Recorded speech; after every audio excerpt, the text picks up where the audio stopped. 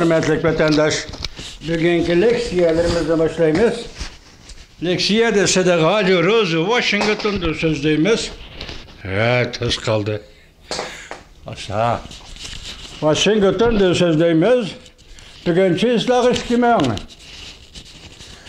23. yıl 5. ayının 15. günü hürmetli vatandaş. Bugünkü vaziyettin sizlerge sözdeydiğen bolsak, umumlaştırıp, mesela alaylı bugün Ukrayna Prezidenti Zelenski müş günden beri Avrupa'da ziyarette, Germaniya, Fransiya, İtalya, bugünlerin Angliyaga berip, Sanak vezir Sanak efendi bilen görüşüden boldu. Zelenski, Prezident Zelenski musu seferdi şundak dedi ki, muş yılın ahırıgacha Rusya tecavüzü, Rusya Federasyası devletine teslim kılınız dedi. Hani tüvendi körüsler vatandaşım.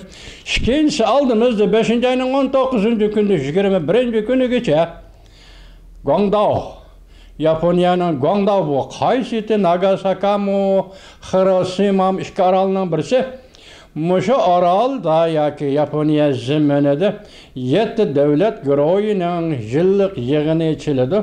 Bu yığının ahırı hulası nemi buldu desiniz, bunun karavatkan cemiyet kütüva, dünya kütüvatkan ehval olsa da yığından keyin qattiq bayanat ilan kıldı deydi. Bu bayanatın mazmunu iqtisadi zo'ravonlikqa qarshi, lekin devlet namı eğizga ilinmaydi. İktisat zo'ravonlikqa qarshi turish. Masalan, iqtisodda besim ishlatish. Biz dedik göreği qo'yish, göreği elish, jazonixo'rlik Xitoy millat an'anasining tarixdan bir davomlashib kelayotgan iqtisodiy ekspluatatsiya yoki bulang-talang qilishning manbai bo'lib kelganda. Bu yerda iqtisodiy zo'rlik, iqtisodiy zo'rlik ishiltish davlatlarga, boshqa ellarga dal ashini asos qiladi vatandaş. Shu vaqtim 7 davlat guruhi e'lon qiladigan bayonotning mazmuni butunlay iqtisod zo'ravonligiga qarshi turish. Davlat nomi eg'izga ilinmaydi vatandaş. Vaziyetinin üçüncüsü küçükken basımı sözleyli vatandaşım ne desiniz? 5. ayının 10. günüden 11. günü geçe Avusturya'nın payitahtı Viyana şehrinde Amerika Qo'shma Shtatlari Aqsaray Devlet bir Xatarligi maslahatchisi Jack Sullivan, Jungo siyasi büronun a'zosi ve diplomatiya ishxonasi mudiri Wang Yi efendi bilan sohbat o'tkazdi 10 saat. Aramızda ancha mesele yok, muhokama qilg'idek değildi, bir parça makalada men sizlarga aytdim.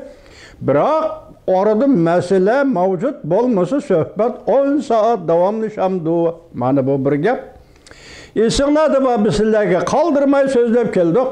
Mush keyingi 2,5 yil Prezident Joe Biden hukumati Aqsarayga kirgandan boshlab her yılı açılgan 7 devlet guruhi yig'inida Uyg'ur meselesi, kişilik hukuk meselesi birinci mesele bo'lib qo'yilib keldi. Ama bu qatim kişilik hukuk meselesi degan ism yok.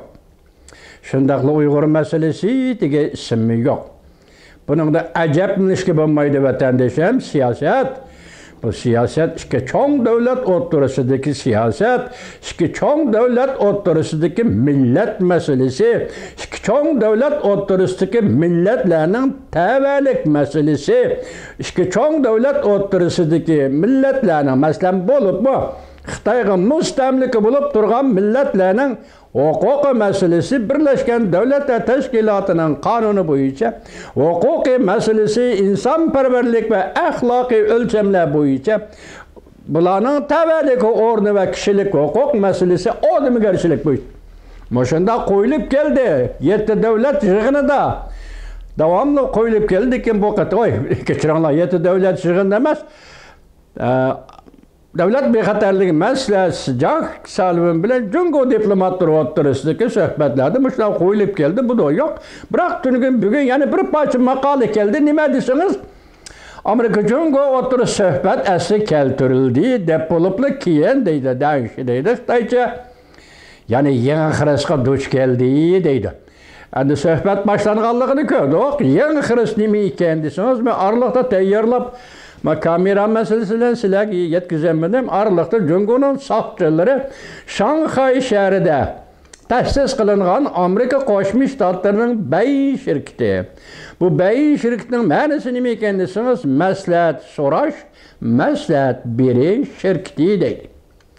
Muş şirketke Şanghay saqçıları bastırıp kirib, gerçi xadimlağa, əzalağa bir nəsi demegen bolsa mı, qo'pollik qilmagan bo'lsa-mu, kompyuteriyu, tilpin aloqa, iskini munosabatlarning hammasini elib chiqib ketdi saqchilar.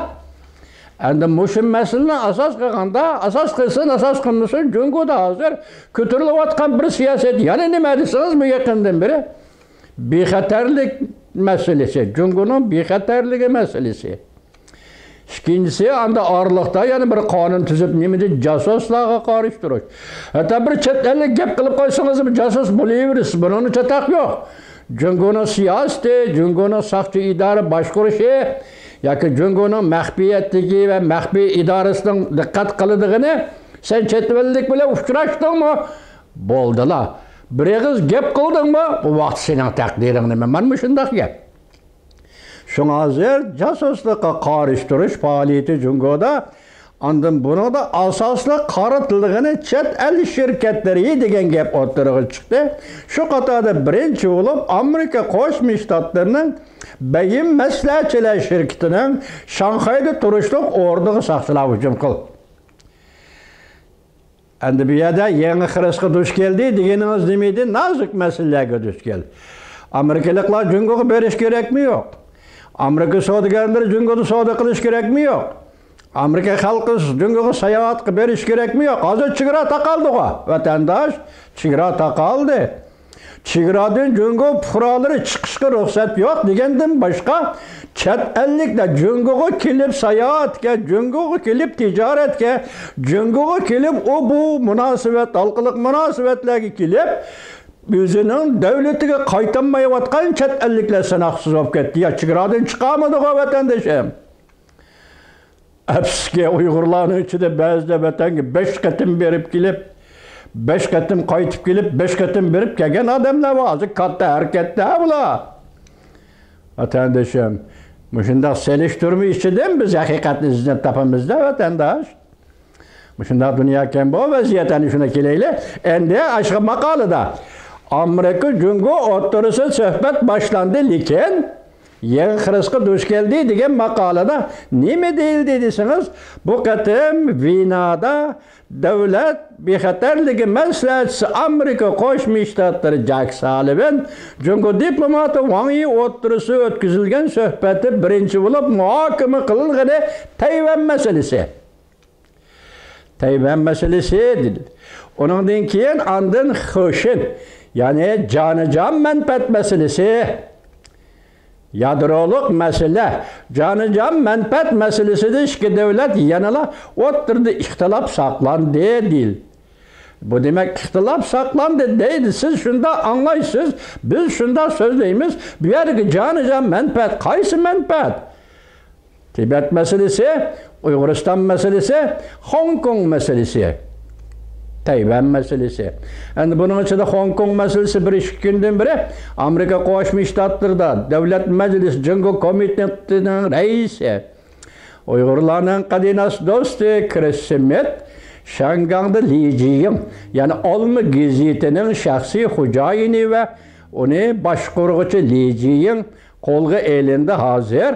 Onun balısının sözüçe ben dadam bilen görüşelmeydiğim buldum dedi. Bunu kesim ilan kılınmadı mı bilemedim, ben bilgili bulmadım. Bırak Christmet bu doğru toxtaldı, kattık toxtaldı. Bugün onun Jungo'nun kaytırgan cevabı nime deseniz devamlı bastırımız. Ne demekçe? Kesim ilan kılımız demekçe mi? Eğer ceza verimiz demekçe mi? Ne mi demekçe? Bu tarafını bilemedim. Bugün Hong Kong'a kaytırılgan cevap aşıp oldu vatandaş. Hazır Jungo'nun içki taşkı vaziyeti bana şu noktada endilikli Avrupa İttifakı birlik geldi.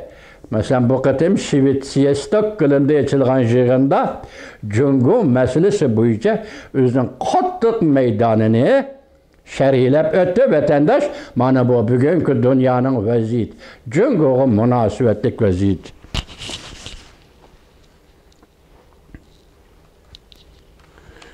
Mana az qulamdan düşüb, tas qaldı çəkilib getkili. Xuda saxlasın cümə vətəndaş.